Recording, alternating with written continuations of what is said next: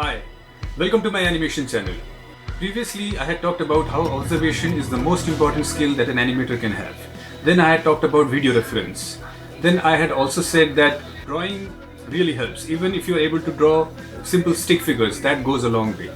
So continuing to that, in this video, I will show you exactly how I observe reference, how I study reference, how I analyze the reference, and I draw and study the reference, make thumbnails, and practice the difficult poses that I feel that could give me some trouble. I analyze the areas that will be troublesome, which are going to surely give me some headaches. So I study them and I do all the planning and preparation through studying the video reference frame by frame, seeing how the action is going, understanding it, drawing it, and then be prepared thoroughly before hitting the software. So all this process I will be doing, and during the process I will be talking to you so that you know exactly what my thinking is, so that you understand why and how I am doing certain things. In this video I have decided that I am going to take an action of discus throwing as a demonstration. I choose discus throw because I think discus throw has certain challenge of rotation and all that. So I think it's a very good exercise. So let's get started. I got the perfect path for you. When you move it, you can play Robert Monkey. Then I'll send you back in time. Yeah, and you become president.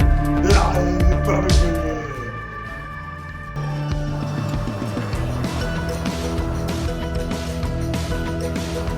So here is the video reference that I have chosen for this demonstration. Let me play this. So this video is not a very high resolution video, but the advantage that we have in this is that we have two views for the same action, which is very helpful. So if we get confused in one view, we can always refer the other view as to how the body is moving and what is the balance and all that. So you get more clarity with this video because you have two views. So it's a very nice action, and it's not a very easy one. I'm seeing now there's a lot of twists and turns involved. It's also going to be kind of a challenge, that's why. Okay, so let me pause it and now let's analyze it. So observe that the body is actually rotating a lot and propagating itself forward in a circular motion all the time. So it is doing that with respect to a center line. So this is kind of the center line that the body is following throughout.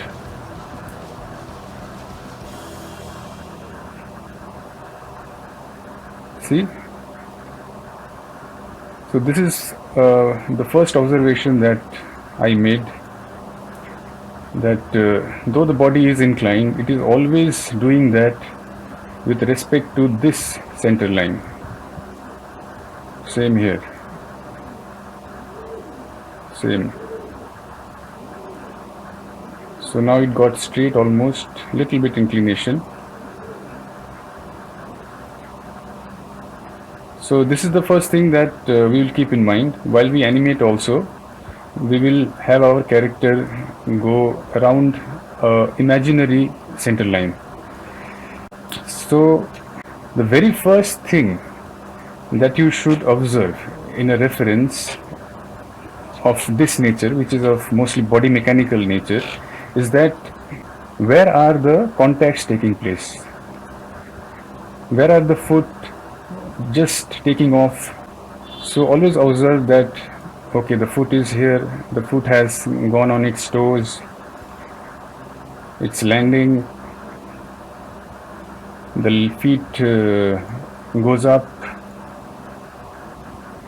the body turns on this contact, the body flies off in air, Again the foot contacts, the body rotates with this toe as the main pivot. The body has now fully contacted with both the feet on ground at somewhere this around this reference point. The body again almost goes up, but most probably the toe is still touching here. Little bit up. So all these things try to observe. So the body now again touches at this point. So this is the contact point. The body rotates, and now I think here this leg comes and touches the ground. So these are the contacts are the first thing that you should observe in a body mechanical or any kind of animation actually, because contact points are the points on the basis of which the body moves. The body cannot move, a human being, not a flying machine or a flying creature, but a human being or an animal moves with the help of the ground. So some of its body parts or hands, they touch, hands or legs, they touch the ground, and with the help of that they push the ground and they move forward. So the contact points are very important for locomotion. So hence the contact points are the first thing that you should take note of, where all the contacts are happening. After that, observe how the center of mass is moving. Just general observation. Just keep observing that how the center of mass is moving, where it is rotating, how much it is rotating. This will also help you understand as to where the problem areas could be. So right now I realize that there is a lot of twist happening in the body. So this is something we have to be careful when we block in 3D. So there is a lot of rotation happening. So every frame there is kind of a rotation. So we will have to keep that in mind.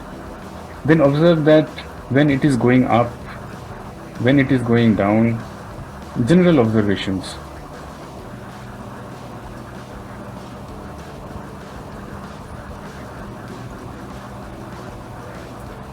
Then I will observe that what is the rotation of the hips, because our hips are something like this and it's attached to a leg.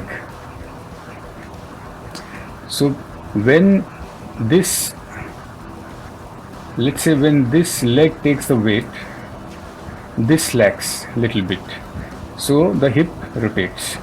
So this is a very important thing in animation. So observe the angle of the knee. So if the knee is bent more on one side, so definitely, also it depends on the action.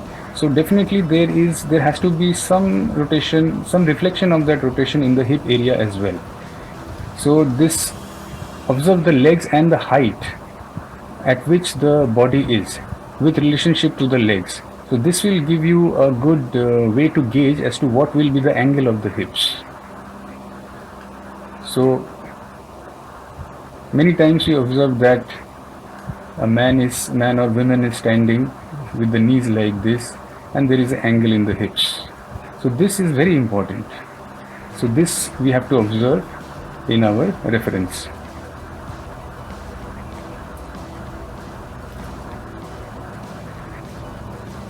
The next thing that we should observe in our animation reference is the offset among the rotation or motion of various body parts.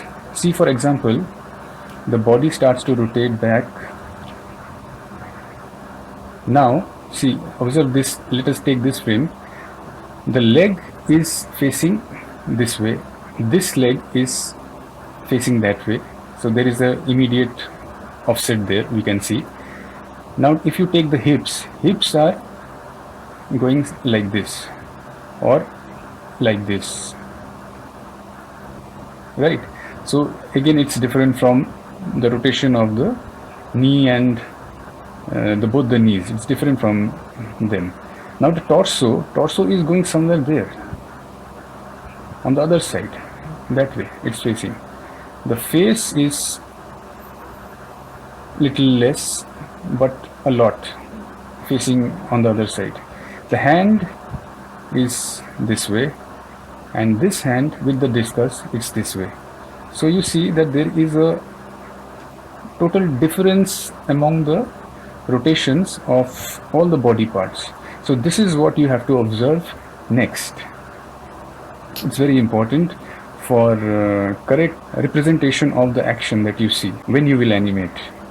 So when you animate, we will always have this reference in front of us. So observe that how the body is coming down.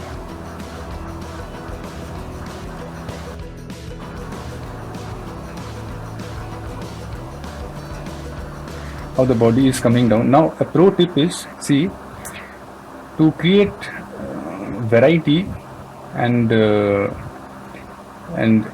improve the quality of your animation by doing something quite sophisticated, what you can do is that you just observe that this pelvis, it's coming down from here to here, but the head is actually coming down more than the pelvis, because it is also bending slightly because the spine is bending, so the head is coming down more than the pelvis. So all the body parts, if you observe that the hand, how much it is coming down is different from how the pelvis is coming down. His left shoulder and his left shoulder and his right shoulders, they are coming down differently and in different quantities and different ways. So this separation among the rotations and translations of the body part, they create an important visual quality that really makes, if you can incorporate all these things in your animation, it will really make your animation very superior actually. These very basic things, if applied properly, will actually make your animation very sophisticated.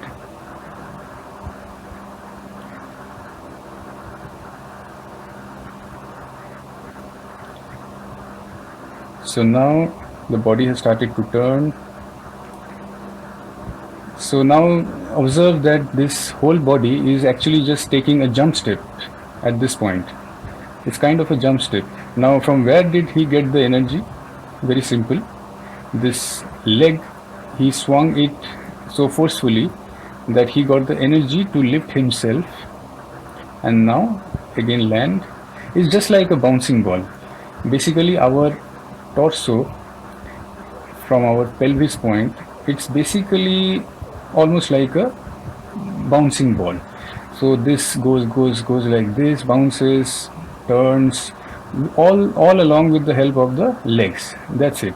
So basically, if you think of how a bouncing ball would behave in certain situations, when you're getting like little confused, you will be able to understand what is happening and how you have to proceed if you just think that this is a bouncing ball.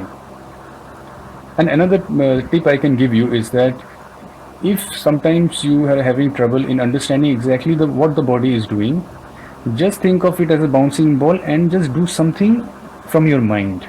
You always need not copy in fact you should not copy, but sometimes if you, because of the lack of understanding, you are not able to understand what the body is doing, you should just go ahead and treat the body as a bouncing ball and just do whatever feels correct to you. That's the very important tip I can give you. Remember always that when your animation is seen by people, they are not going to see the reference. They are not going to see that, okay, so this is the reference and okay, you did not copy properly. No, they are not going to see that. They are just going to see your animation, and your animation should look believable, and it will look believable, definitely 100% will look believable if it follows simple physics of the real world. And bouncing ball, if it's the most simple thing of all. So if you follow bouncing ball and do things that would be suitable for a bouncing ball, things will automatically look good, and people will really like your animation.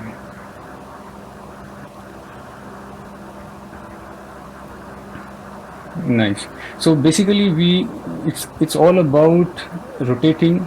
He's just rotating, he's twisting his body, using his legs to thrust the body up, and then using his legs to catch his body, using his torso to rotate, and then again going down, like here he's going down, storing energy, twisting his body, storing up energy in his hands, looking where he wants to throw it, and then bang, he throws, then again catches himself, lifts up in air little bit, then again catches himself, comes down, catches himself, absorbs the energy, knee is bent, we can understand that he is absorbing his energy, knee is bent, then he again straightens up, his legs are straight, goes up, then again turns, and again he is taking his weight, rotating, coming back, absorbing his energy, stabilizing, and contact, and eventually he would settle. So that reference is not here. Maybe I will take another reference where the settle part is there, so only the settle I will understand from that reference, and the action ends. So basically that's more or less what you have to study. So basically the difficult parts would be when the rotation starts and how the hands and torso and everything, actually how it flows together. That will be a nice challenge for us throughout this action, because all the while the body is rotating and moving, there is no place where the thing is like stable and kind of easy. All the places need attention in this action.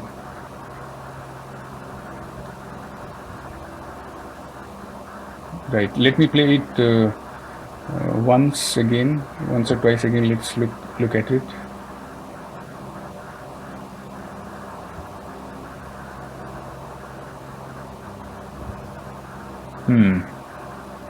Nice. So another thing that I will just tell you, that how to judge if the pose is a stable pose or not. There is a very easy way of understanding that. Now, what is that? If you, for example, take the center of mass of a body, and you take into consideration the contact points that this mass is making with the ground. If this forms a stable triangle, then your pose is in balance. That is the simplest way of understanding if your pose is balanced or not. So let's go to another pose to further our understanding. See, here we know that the body is not in balance, correct?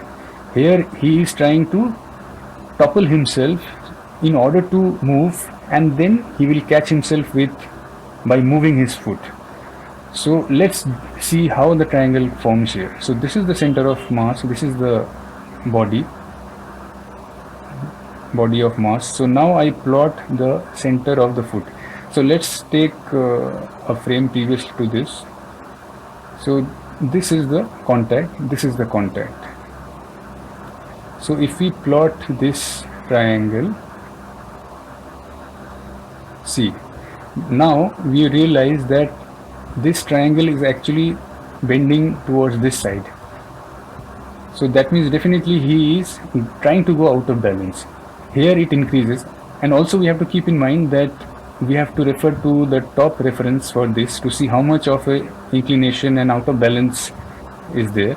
So if we go here, see, this is the center of mass and this is the triangle. In perspective we have to imagine, so you will understand that this is going out of balance. If from the exact side view, if you see, it will be something like this. So this angle has been created, so this triangle in itself, it will fall down. So that means this pose is definitely out of balance, which is deliberate here. By out of balance I don't mean that there is something wrong with that. Absolutely, it has to go out of balance here, and it is. So we have understood that it is out of balance, and so after understanding, we will be able to put this in our own animation when we actually sit to animate. All right, so let's go ahead.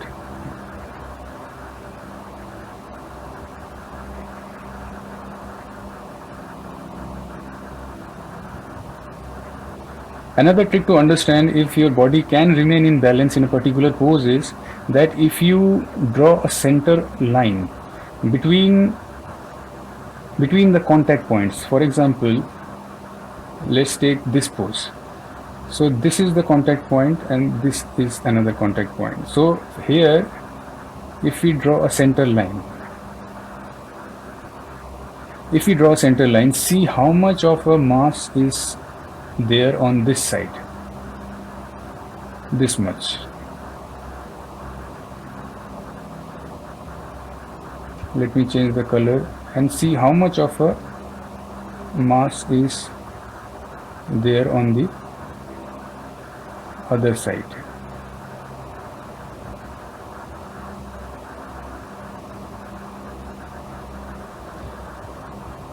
So you can see that definitely the mass is more here.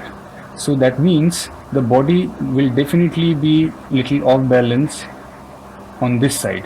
And this is exactly what we found out with the triangle example, correct? That the body is trying to get disbalanced on this side. So these are the two very easy methods of a triangle, center of mass and contact points, correct? And another is plotting visually that how much of the mass is on both the sides of the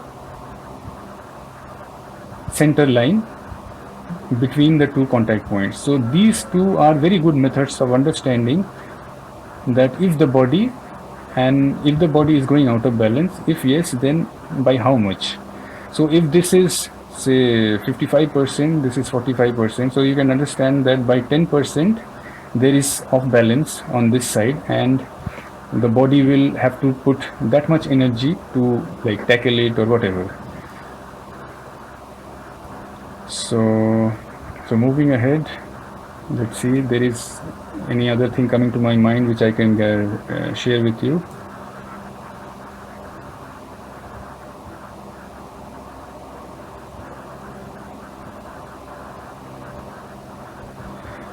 Yeah, I guess there might be certain other things that I'm missing out, but this is all that is coming right now to my mind. So now let's move ahead and do some thumbnail practicing.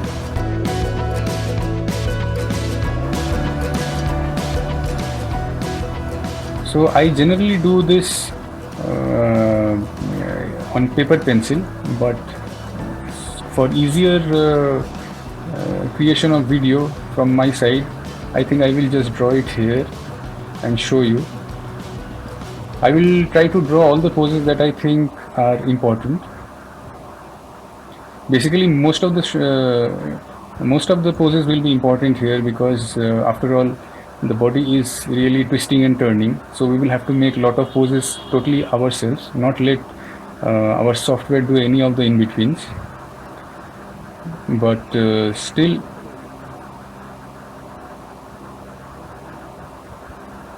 so let me start from this pose. So how it will be. So I will imagine I'm watching this reference and I'm imagining everything from what this angle is, this camera angle, I will be imagining things. So how it will be? It will be something like, see, thumbnailing is basically something that you do roughly, quickly, and the more you do, the better. Always remember that rough, quick thumbnailing is always more beneficial than nice, clean thumbnails. Because nice, clean thumbnails, I mean, if you are fast, not a issue. But if you have to save time, then it's best to make more drawings than less. That's my point.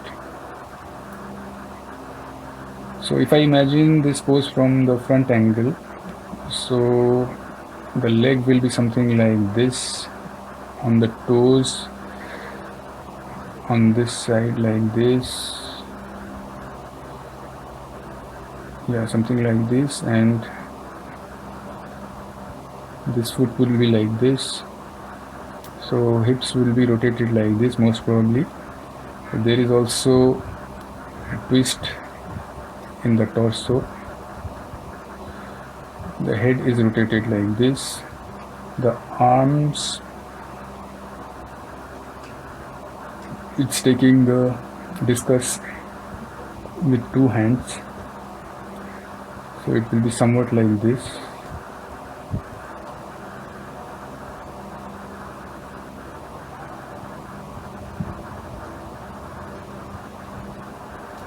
Somewhat like this. Okay, so let's move ahead. It's coming down. So it's going back. Let me make this pose. This is the most extreme that the back will go. Let me draw this. So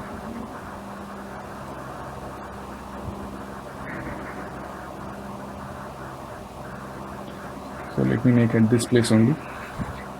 So this is the pelvis. I generally tend to make the pelvis and the torso area first because it's the center of mass, so it helps me to visualize as to how the center of mass is, and then with respect to that, how the body parts might be in order to locomote or balance all this weight. So from here I will draw the legs. So this leg is like this. So there is a bend here, so I know that the body has gone down. There is a bend here, so that confirms that the body has gone down. And this bend is little less than this one, so I know that there will be a angle in the hips, most probably like this. So now while I draw, I realize that there is so much of a twist in the body. So from the head, the neck, back and then till the tailbone, so much of twist is there in the body. I make a note of that. So this is the hand going like this. This hand, there is lot of twist here. When I animate, we can, exaggerate these twists if we want. So I might even, make the discus go like this, even more twist in the body. So these are all the mental notes that I'm making while I make the thumbnail.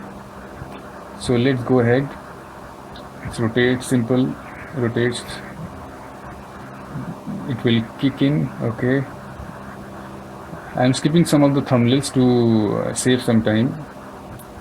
So it rotates. So this is going to be a little bit of challenge, I think, right now at least. It's in air, leg is coming, body is rotating, landing. So it's going, a lot of things are happening here. This is, I think, going to be a challenging place when we animate. Okay, nice. So the arm is almost straight now, and it's going straight almost. Observe this twist, this simple twist in the body. Okay, and bang, it goes. Now observe the relative speed difference. So this body, torso, head, neck, all these parts, observe that with relationship to this arm, they are all moving much slower. Initially, this hand was lagging.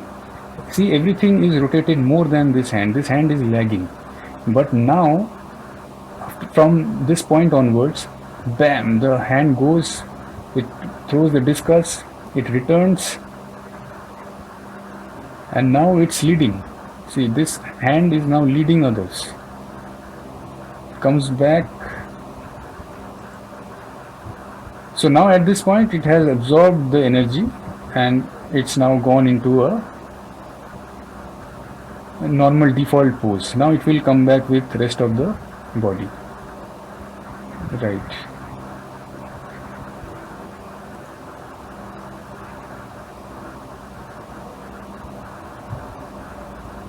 So this landing part also seems to be a difficult portion.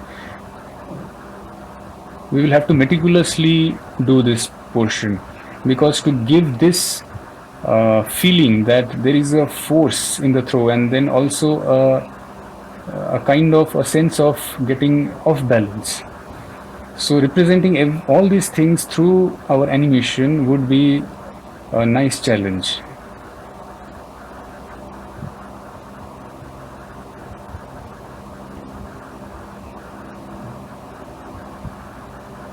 Right. So basically that's about it, I think. So the key points that you have to remember is that first, observe the whole motion as such. Don't do any drawing or anything, don't even hold a pencil, no need. Just observe the reference for say 1 or 2 minutes. Then the first thing you do is take a note of the contact points. If there is something fishy or really difficult happening with the contact points, just observe that. Then observe that how much the center of mass is going up, down, twisting in relationship to the contact points. So you will understand where are the difficult areas. After that, observe the relationship of the rotations and translations of the among the various body parts. Which part is leading, which part is lagging, which part is moving faster, slower. This relative motion and translation, observe that. And after that, just take a note of all the places that you might exaggerate. See these positions where he is flying in the air. Definitely, let's observe in this one. Definitely I am going to exaggerate those places. See, like this place, he is going up. This is the ground and he has gone up. So definitely I am going to exaggerate at this point. He has gone up by 6 inches. I definitely will make him go up by a feet or 2 feet even. Maybe I am going to make him go this higher, this much high. This much high I am going to make him, at least. More if not less. So these are the things that you have to observe next, that keep a mental note of where you are going to exaggerate things. Then this place where he is going down, for instance, this place where he has gone down, I'm definitely going to exaggerate it. He has gone down like this. I am sure I'm going to make him go even further down, because in animation generally it looks much better if you exaggerate it. More cartoony the action, more cartoony your style, the more you can exaggerate. If you are animating for games, for example, where things have to be realistic, you will exaggerate less. So that's a very good way of transferring or transforming your action, your realistic reference, from getting cartoony to making it realistic. How much you exaggerate defines that if the action is cartoony or it will stay realistic. But let me tell you that to make the action look nicer, even if you're animating for games, it's better to exaggerate it a little bit. Don't match frame by frame of your animation to the real reference. It will never look as good as the real.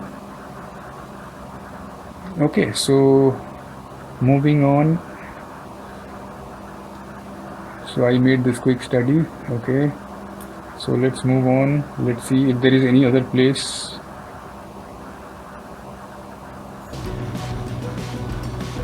Yeah, I think that's about it. That's all the study I will do.